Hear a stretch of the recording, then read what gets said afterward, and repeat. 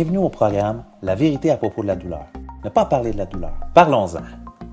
Voici un conseil important afin de t'aider à désensibiliser ton système nerveux.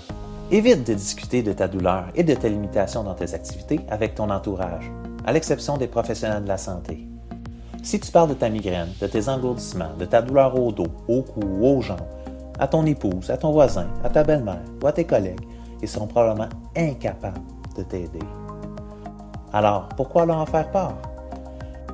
Il n'y a aucun bénéfice à partager son exacerbation de douleur au dos à un étranger pendant le transport en autobus. Si tu as besoin d'une attention médicale rapide, tu peux certainement décrire tes symptômes à un proche qui serait en mesure de t'aider. Comprends-nous bien, nous ne sommes pas en train de te dire de ne pas aller chercher de l'aide si tu as besoin d'aller à l'hôpital, consulter un médecin, recevoir des conseils pour la prise de tes médicaments ou pour l'installation d'un coussin chauffant. Nous tentons plutôt de te dire qu'il n'est pas nécessaire que ta douleur, ces fluctuations, fassent partie de tes conversations au quotidien. Lorsque tu partages un moment en famille ou entre amis, il te faut croire et accepter que tu es plus grand que ta douleur. N'en fais pas le premier sujet de conversation. En fait, ne fais pas de ta douleur un sujet de conversation. Point. Voici 5 exemples de réponses que tu dois éviter lorsqu'un membre de ton entourage te demande « Comment ça va? » « Je souffre encore de migraine à tous les jours. » Ou « Je dois aller à un rendez-vous médical aujourd'hui pour ma douleur au nerf sciatique. » Ou « Ça ne va pas bien. Je dois prendre des antidouleurs puissants pour ma douleur au cou. » Ou « Vraiment pas bien.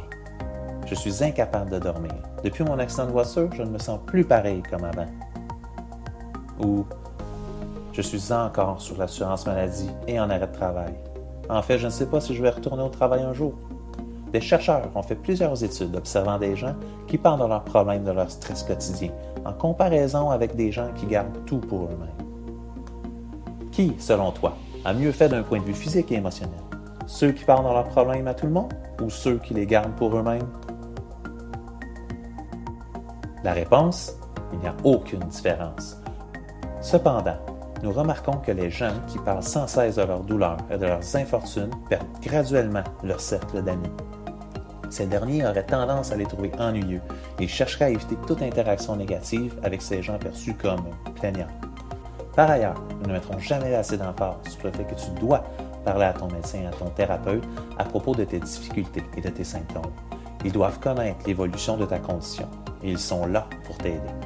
Cependant, il y a très peu d'avantages à discuter de ces symptômes avec des gens qui n'ont pas de formation dans le domaine médical, puisqu'il y a très peu qu'ils puissent faire.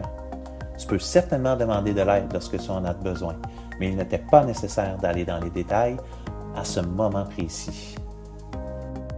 Si tu as besoin d'aide, car il s'agit d'une journée plus difficile, tu peux dire « Aujourd'hui, j'ai besoin de ton aide pour transporter mes sacs d'épicerie. »